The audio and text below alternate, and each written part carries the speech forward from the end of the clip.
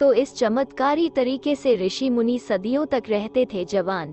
विशुद्ध चक्र के लिए हमारे योग शास्त्रों में बहुत कुछ कहा गया है। ये शरीर के चक्र क्रम में 5वां चक्र है।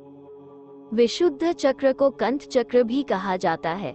इस शब्द का अभिप्राय संस्कृत में अशुद्धता को शुद्ध करने को लेकर है। अब सायद चक्र में शुद्धि का अभिप्राय व्यक्ति के शारीरिक, आत्मिक व मन की शुद्धि से है, जैसे आत्मा की सत्यता व्यक्त करना व श्वसन के समय शरीर के विषैले तत्व को बाहर निकालकर प्राण वायु को भीतर प्रवेश करवाना है। विशुद्ध चक्र के देवता सृष्टिकर्ता ब्रह्मा जी हैं, जो व्यक्ति की चेतना के प्रतीक हैं। जब व्यक्ति ध्यान लगाता है और उसकी चेतना आकाश में समाहित हो जाती है, तब उसे आत्मानुभूति से ज्ञान और बुद्धि प्राप्त होती है। इस चक्र में एक हाथी व चंद्रमा दर्शाया गया है, जो विशाल मन का प्रतीक है। इस चक्र का रंग बैंगनी है तथा इसका तत्व आकाश है व बीज मंत्र हम है। विशुद्ध चक्र कंठ में स्थित गले के उभरे हुए भाग के ठीक नीचे स्थित होता है। योग शास्त्र के अनुसार यह कंठ स्थान देवी सरस्वती का माना गया है।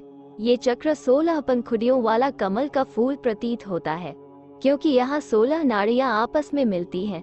ये उन 16 शक्तिशाली कलाओं की प्रतीक भी है, जिनके होने से व्यक्ति विकास कर सकता है। इनके मिलने से कमल की आकृति बनती है। इस चक्र में अ से अह तक 16 ध्वनियां, स्वर निकलती हैं। इस चक्र को हमेशा ऊर्जा से भरा होना चाहिए। ये चक्र मनुष्य जीवन में बहुत ही महत्वपूर्ण होता है। विशुद्ध चक्र का शरीर के किस अंग भाग पर प्रभाव होता है? इस चक्र का शरीर के गले भाग पर पूर्ण प्रभाव होता है। इस चक्र के जागृत होते ही व्यक्ति को वाणी की सिद्धि प्राप्त होती है। वो जो बोलता है वो सत्य हो जाता है, और ऐसा माता सरस्वती की कृपा से होता है। व्यक्ति के आयु की वृद्धि होती है, संगीत विद्या की सिद्धि प्राप्त होती है, शब्द का ज्ञान होता है, व्यक्ति विद्वान होता है। ये चक्र अपने अनुभवों के बारे में बोलने की तीव्र इच्छा शक्ति प्रदान करता है। ये चक्र श्रवण का भी केंद्र है और मनुष्य के सुनने की शक्ति इतनी विकसित कर देता है कि वो कानों से ही नहीं मन से भी सुनने लगता है। ये चक्र व्यक्ति की प्रसन्नता की अनगिनत भावनाओं व स्वतंत्रता को दर्शाता है। उसे ये खुशी अपने योग्यता व कुशलता द्वारा प्राप्त होती है, जो वाणी, गायन, स्पष्ट भाषण कला जो साफ सुथरी लय में होती है, जो व्यक्ति के संतुलित विचार से ही संभव होती है।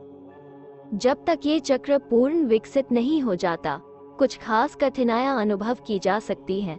विशुद्धि चक्र में रुकावट चिंता की भावनाएं, स्वतंत्रता का अभाव, बंधन, टैंटुए और कंठ की समस्याएं उत्पन्न करता है। कुछ शारीरिक कठिनाइयों जैसे सूजन और वाणी में रुकावट का भी सामना करना पड़ सकता है। विशुद्धि चक्र के प्रतीक चित्र में 16 पंखुड़ियों वाला एक कमल है।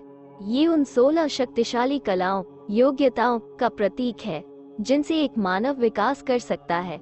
चूंकि विशुद्धि चक्र ध्वनि का केंद्र है, संख्या 16 संस्कृत के 16 स्वरों की भी प्रतीक है। इस केंद्र में वाक् सिद्धि अनुभव की जा सकती है, जो एक ऐसी असाधारण योग्यता है कि व्यक्ति जो भी बोले वो सत्य सिद्ध हो जाए।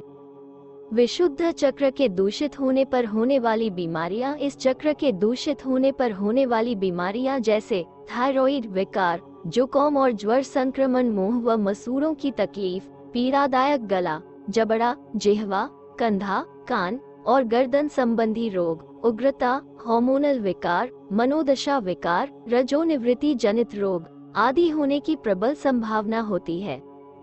कमजोर चक्र फलस्वरूप कमजोर संवाद, धीरे धीरे बोलना, डरते हुए बोलना, बातों में हकलाहट होना, कमजोर आवाज होती है, बात की शुरुआत करने में कठिनाई, बातचीत में शब्द का सही उपयोग न कर पाना तथा वह दुर्बल श्रोता भी हो सकता है। अति सक्रिय विशुद्ध चक्र की वजह से व्यक्ति बातें करते वक्त चिल्लाता है व उसके मुंह से थूक के छींटे निकल सकते हैं। वो जब किसी से बात करता है तो सामने वाले को ठीक से न बोलने देता है, न उसको ठीक से सुनता है, बल्कि उस पर अधिकारपूर्ण वाणी से बातचीत करता है। आवाज ऊंची व कर्कश होती है, जो कानों को चुभने वाली हो सकती है। वो आलोचनात्मक हो जाता है और छोटी बात का अति विश्लेषण करके प्रायः तिल का ताड़ बना देने जैसी भावनात्मक परेशानियां से युक्त हो जाता है। विशुद्ध चक्र जगाने की सरल विधि की चर्चा करते हैं। इस चक्र को संतुलित करने के लिए ये सरल उपाय है कि सर्वप्रथम शांत मन से शुद्ध होकर शांत कमरे में किसी आसन पे सुखासन में बैठ जाए और कंठ के पास बैंगनी रंग की आभा की कल्पना करते हुए कंठ पे संयम करके गुंजन वाइब्रेशन से हम मंत्र के नित्य जप से यह चक्र जागृत होने लगता है और सुषुम्ना इस चक्र को भेद कर ऊपर की ओर उठने लगती है। इस साधना को करने वाले व्यक्ति को सदा सत्य बोलना चाहिए एवं संभव हो तो गायन कला का अभ्यास करना चाहिए। अपने इष्ट का मंत्र जप करना भी लाभकारी होता है। नित्य गुलाब के पुष्प को सूंघने से भी इसको संतुलित करने में सहायता मिलती है। मैंने अपने अनुभव में पाया है कि टर्क्वाइज स्टोन की अंगूठी, पेंडेंट, माला जो गले को स्पर्श करे अथवा ब्रेसलेट आदि पहनने से यह चक्र संतुलित करने में मदद मिलती है।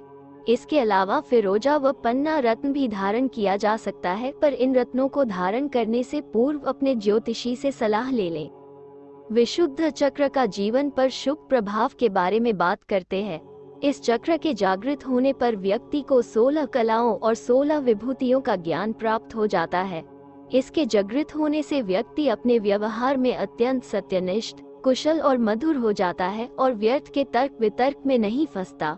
बिना अहम को बढ़ावा दिए परिस्थितियों पर नियंत्रण करने में वह अत्यंत युक्ति कुशल हो जाता है। इस चक्र का ध्यान करने से दिव्य दृष्टि, दिव्य ज्ञान तथा समाज के लिए कल्याणकारी भावना पैदा होती है।